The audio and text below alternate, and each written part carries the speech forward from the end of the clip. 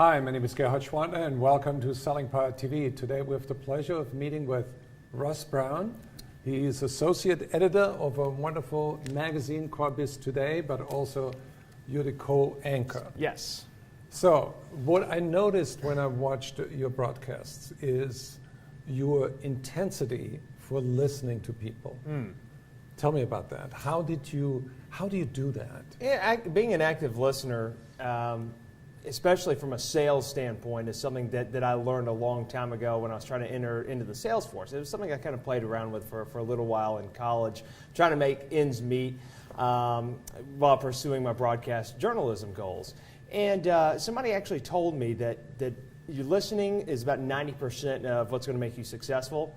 What you say, 10% of what's going to make you successful. So I really took that to heart, and I took that into my broadcast stance as well. But when I was in sales for a little bit of time, I noticed how much better it made things go. It made things easier on me trying to land a sale as I listened to a customer, listened to now an interview, being on the news desk side of things. And it really helps with a conversation if you can really focus, engage, listen to every word, make eye contact. It goes a lot farther than you would think. So there are three things that come to my mind about listening. One is listening to what the customer says. One is sort of the voice that's going on, the narrative we create as we're listening. And then I think there's a third entity where we listen to our instincts of what we're feeling. Right. So explain that to me on how it works inside you. A lot of it's preparation, too. A lot of it for me with listening, I listen for key words. I listen for certain things based on whoever I am talking to in an interview, or in case of a salesperson, whoever the customer is you're listening to, you already have a little bit of a knowledge about that person. And that only grows the more and more you listen to them. So, for instance, if I'm listening to a conversation that you and I may be having, we may be talking about boogie boarding in Hawaii. I listen to you talk about that and how you had an experience with it. So my thought is, okay, well, Gerhard likes to have some fun. He likes to get out and enjoy the sun. So I might be listening for key words later on that might key in on that to me, maybe something that will stand out about something adventurous that you're doing.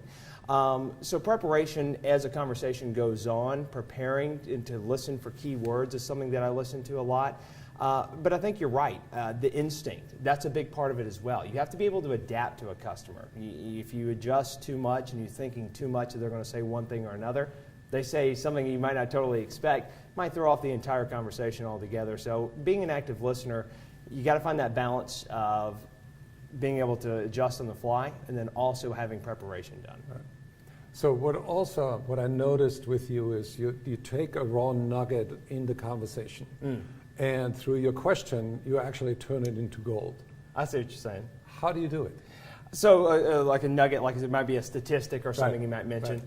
Right. It goes back to listening to those key things, listening to a key point. If somebody says to me, 67% of consumers are buying cars online today. Let's just say that's what somebody had said. My next question might be, okay, so 67% of customers are buying cars, as you said there. What are the other, 33% going to be doing? How are they buying cars? Right. So being able to key in on those things, again, just goes back to active listening. You got to be able to key in on those key words. Right. Final question is, how do you structure a conversation so that the customer feels it's really a co-creation? Oh, that's a great question there. Yeah, that's a great point, because if you try to make it too much of a conversation where it's one-sided, these are all my thoughts being the salesperson, I think you're really going to be misleading the customer down a road they might not necessarily want to go. And being a customer, that's either going to create one of two things, I would imagine.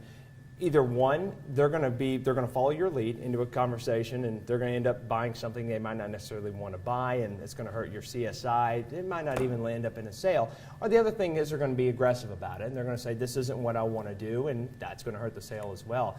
You have to be able to listen to what they have to say and structure the sale around that instead of the other way around. The same thing works from a broadcast journalism standpoint. You have to be able in an interview to listen to what that person is saying, go where the interview takes you. Don't try to lead it in one direction or another.